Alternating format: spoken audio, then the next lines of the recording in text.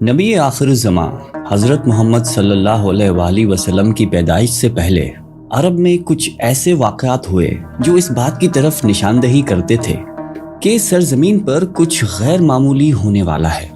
ان واقعات میں ایک حیرت انگیز واقعہ اصحاب فیل اور ابابیل کا حادثہ ہے، جسے اللہ تعالیٰ نے قرآن مجید کی سورہ فیل میں بھی ذکر کیا ہے، اور جو عربوں کی تاریخ کا ایک عجیب سانحہ تھا۔ آپ صلی اللہ علیہ وآلہ وسلم کی پیدائش سے قبل عرب کے جنوب میں واقع ملک یمن پر ایک بادشاہ کی حکومت تھی جس کا نام ابرہہ ابن اشرم تھا۔ ابرہہ نصرانی تھا اور کسی زمانے میں حبشہ کے بادشاہ نجاشی کا کمانڈر رہ چکا تھا۔ اس نے یمن کے بادشاہ کو ایک جنگ میں شکست دے کر خود کو وفادار ثابت کر دیا۔ اس طرح نجاشی نے ابرہہ کو یمن کے تخت پر بٹھا دیا۔ جب ابرہہ کو معلوم ہوا کہ عرب کے لوگ کعبے کو نہایتی مقدس تصور کرتے ہیں اور دور دراز کے علاقوں سے لوگ کعبہ کی زیارت کے لیے مکے کا سفر کرتے ہیں، تو اس نے یمن کے دارالخلاف صنعا میں عظیم اور نہایتی خوبصورت گرجا گھر تعمیر کرایا۔ کہتے ہیں کہ اس زمانے میں اس پوری سرزمین پر اس سے زیادہ خوبصورت اور عالیشان گرجا کہیں نہیں تھا۔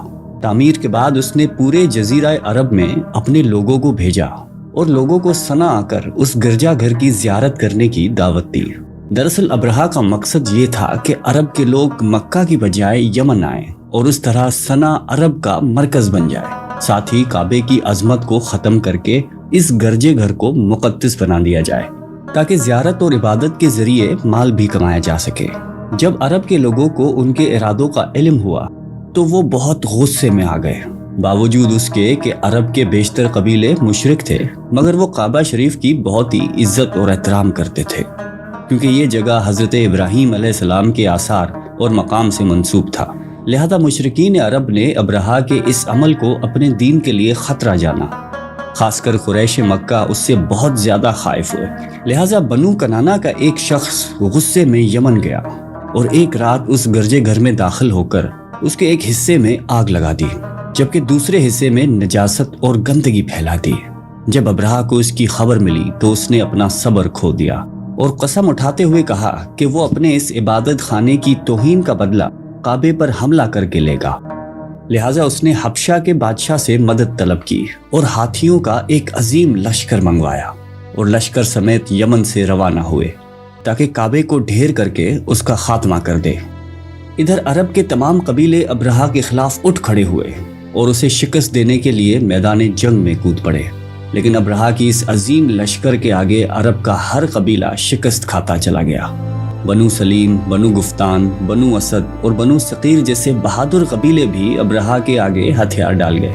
جب ابرہہ کا لشکر طائف کے قریب پہنچا تو اس نے ایک دستہ مکہ کی طرف روانہ کیا۔ جب وہ دستہ مکے کے قریب پہنچا تو وہاں اونٹ دیکھے، لہٰذا انہیں غنیمت سمجھ کر اپنے قبضے میں لے لیا۔ یہ اونٹ قریش مکہ کے سردار جناب عبد المطلب کے تھے، جو حضرت محمد صلی اللہ علیہ وآلہ وسلم کے دادا تھے۔ جب یہ خبر جناب عبد المطلب کو ملی تو آپ مکے سے باہر آئے اور جہاں ابرہہ کا لشکر ٹھہرا تھا وہاں جا کر ابرہہ سے ملاقات کی درخواست کی۔ جب ابرہہ کو معلوم ہوا کہ قریش کا سردار اس سے ملاقات کرنے کے لیے آیا ہے تو اس نے آپ کو اپنے خیمے میں بلانے کی دعوت دی۔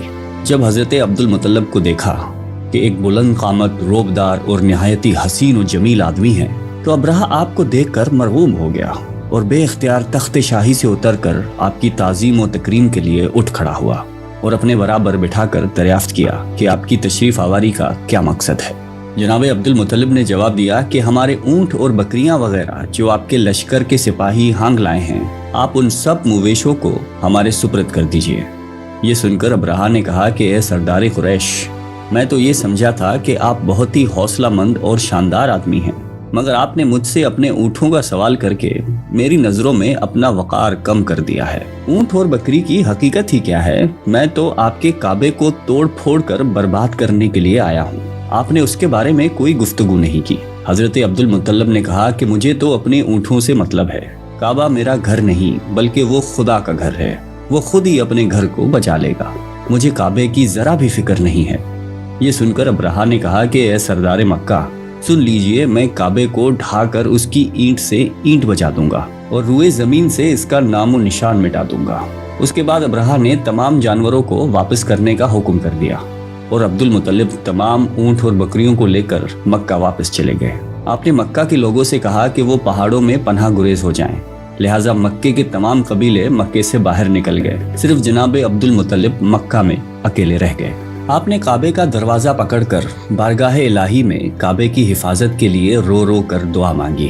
اے اللہ، بے شک ہر شخص اپنے گھر کی حفاظت کرتا ہے، لہٰذا تو بھی اپنے گھر کی حفاظت فرما اور سلیب والوں اور سلیب کے پجاریوں کے مقابلے میں اپنی اطاعت شعاروں کی مدد فرما۔ ابرہہ جب صبح کو کعبہ ڈھانے کے لیے اپنے لشکر جرار اور ہاتھیوں کی قطار کے ساتھ آگے بڑھا تو خود اس کا ہاتھی، جس کا نام محمود تھا، ایک دم بیٹھ گیا، اور وہ اپنی ہاتھی پر جتنا دباؤ ڈالتا وہ آگے نہ بڑھتا، لیکن وہ اس کا رخ یمن کی طرف کرتا تو وہ فوراً ہی چل پڑتا۔